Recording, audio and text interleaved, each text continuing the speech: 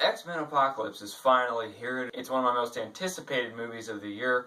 Does it live up to the hype that the end credits scene from Days of Future Past brought to it? Let's find out.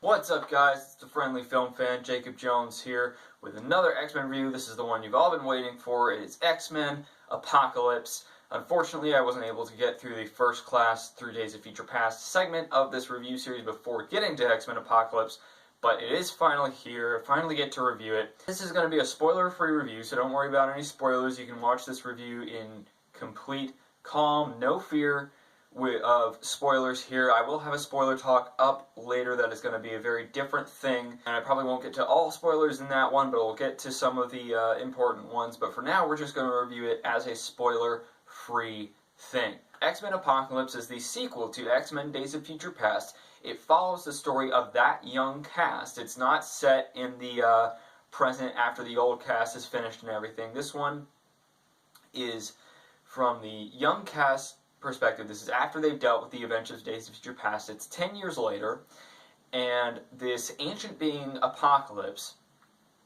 has risen again from the throngs of ancient Egypt and is going to wreak havoc on the globe, or so the movie promises. Now let me get to some of the positives first before I go into a lot of what I thought about the movie as a whole. First off, the performances, most of them at least.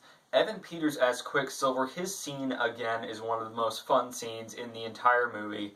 It doesn't quite live up to the Days of Future Past one, but it may just be that first-timeness of Days of Future Past's Quicksilver scene that overshadows this one. But once again, Evan Peters is great as Quicksilver. He has a little more to do in this movie, not a whole lot, but James McAvoy as Charles Xavier, Michael Fassbender as Eric Lehnsherr, fantastic. I really like Sophie Turner as Jean Grey, Cody Smitt-McPhee as Nightcrawler, Ty Sheridan as Cyclops. Really, really love all those performances, and there's quite a few moments in this movie that I really, really enjoyed. We'll talk more about those in the spoiler review, but I really, really liked most of the performances. The one performance I have a bit of a problem with is Jennifer Lawrence as Raven/Mystique. She doesn't really do a lot. She felt kind of flat in this movie. There wasn't really a whole lot to her performance. Felt like she was just phoning it in and getting a paycheck for being Jennifer Lawrence in the X-Men movie, because she doesn't really appear as Mystique a lot, which doesn't make a whole lot of sense considering the Mutant and Proud speech she gave at the end of First Class. It's just Jennifer Lawrence being Jennifer Lawrence on screen, which is fine, but it doesn't work well for the sake of this story, and it hasn't worked well for really the past couple of movies. Even in Days of Future Past, she was kind of flat.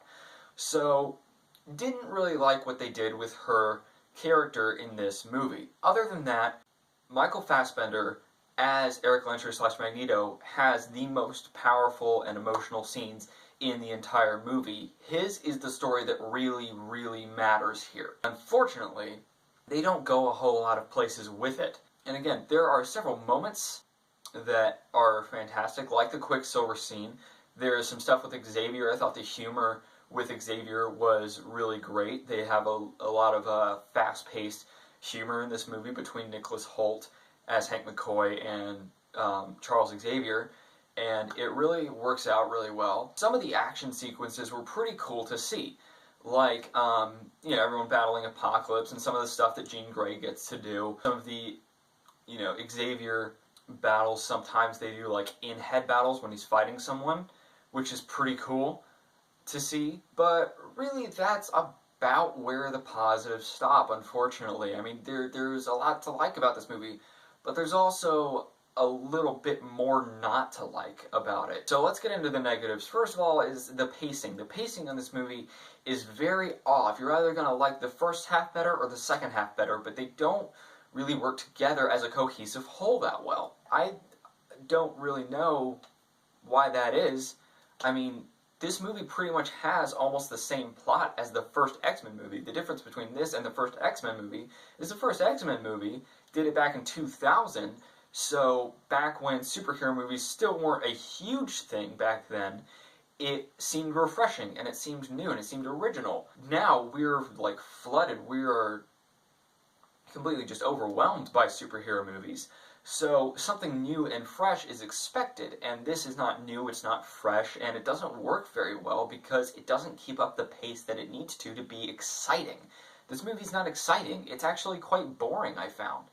And even, The Last Stand had a few more exciting moments than this movie did. Apocalypse, not necessarily Oscar Isaac as Apocalypse, but what they do with Apocalypse in this movie. At first he has a really dominating, menacing presence, and then it just kind of goes away after a while.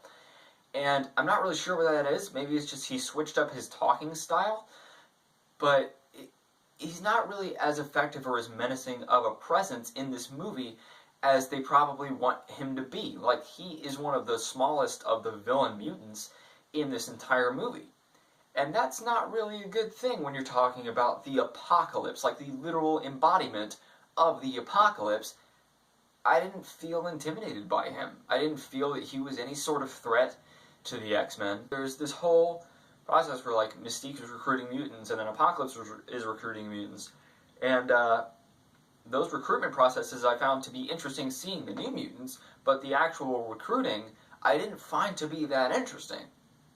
There's a lot of good character moments in here for some characters, but then characters like Psylocke or like Jubilee doesn't do like anything in here. They pretty much put her on the straight to Blu-ray release, which, she is in the movie, but she doesn't do anything in the movie. Overall, I found the action when it happened to be cool, but a lot of it was overloaded, and the visual effects were pretty subpar, which when you're talking about an X-Men movie that is a direct sequel/follow-up to a movie that got an Oscar nomination for its visual effects, these visual effects are just really disappointing. They're very subpar, and I expected a lot more from this visual effects department. The Angel scene where he turns into Archangel, you know that Angel is going to turn into Archangel because you see both versions of it in the trailer. But the only thing about that is, whenever that scene is happening, the musical choice is just really off, and I didn't feel that it remotely added to the scene at all. In fact, it actually took away from the scene quite a bit, because here's Angel turning into Archangel, and then you've got this German rock music playing in the background. And it doesn't feel like a transformation. It feels like Bryan Singer's just putting X-Men things on the screen for the sake of them being X-Men things, which is a lot of what happened in Batman v Superman. Don't worry, this movie's better than Batman v Superman. Not by a lot, though. And that's what really concerned me about this movie while I was watching it. In Batman v Superman, it was bad enough to be interesting to talk about, like, how do you actually mess that up? This movie is just, we know how it got messed up, and it's pretty boring to watch. It's not that good of a movie, and that's really disappointing to me, because I was really, really looking forward to this one after the climax that was Days of Future Past of the series.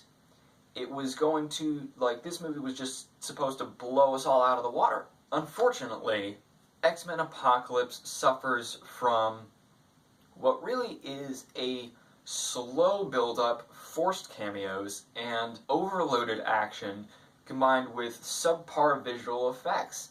It's not a very good movie. Michael Fassbender is great, James McAvoy is great, Sophie Turner is great, Nicholas Hoult is really good, Alex Summers comes in for a little bit there, but they don't really do a whole lot with him. He's really nothing more than a glorified cameo either, and you kind of feel like he's only there to serve the plot by getting Scott to the X-Mansion. A lot of what this movie does feels very forced, expositional. It doesn't feel like it matters a whole lot in the whole of the X-Men universe like something like Days of Future Past would. And I think that's because it's less of a personal story. You don't get a personal connection to these characters. Like, you don't have the personal connection that you had to Wolverine in the first 3 X-Men movies. You don't have the personal connection that you had to Charles Xavier and Magneto in the first 2 prequel X-Men movies. They make a little crack here by saying the 3rd movie is always the worst. I won't tell you in what context that happens, But unfortunately, they're not only right about, like, Brett Ratner's X-Men 3, but they're also right about their own movie. Guys, ultimately, I didn't really like this movie that much. It was a pretty big letdown, and you should go see it for yourself. I mean, I always recommend seeing movies for yourself to form your own opinion, but it's nothing to jump out of your seat about, and I'm going to give X-Men Apocalypse a 5.2 out of 10. I really wanted to like this movie. I wanted to love this movie. I wanted this to be the high point of the X-Men franchise. Unfortunately, we're just going to have to wait and see. The next movie set in the 90s. We'll see what happens then. Thanks for watching this review. I will continue with the review series after this review, but I do have a few more reviews to get done kind of before this series finishes. Like, I still have to review The Flash Season 2 before time runs out, and that's just not a thing to do anymore.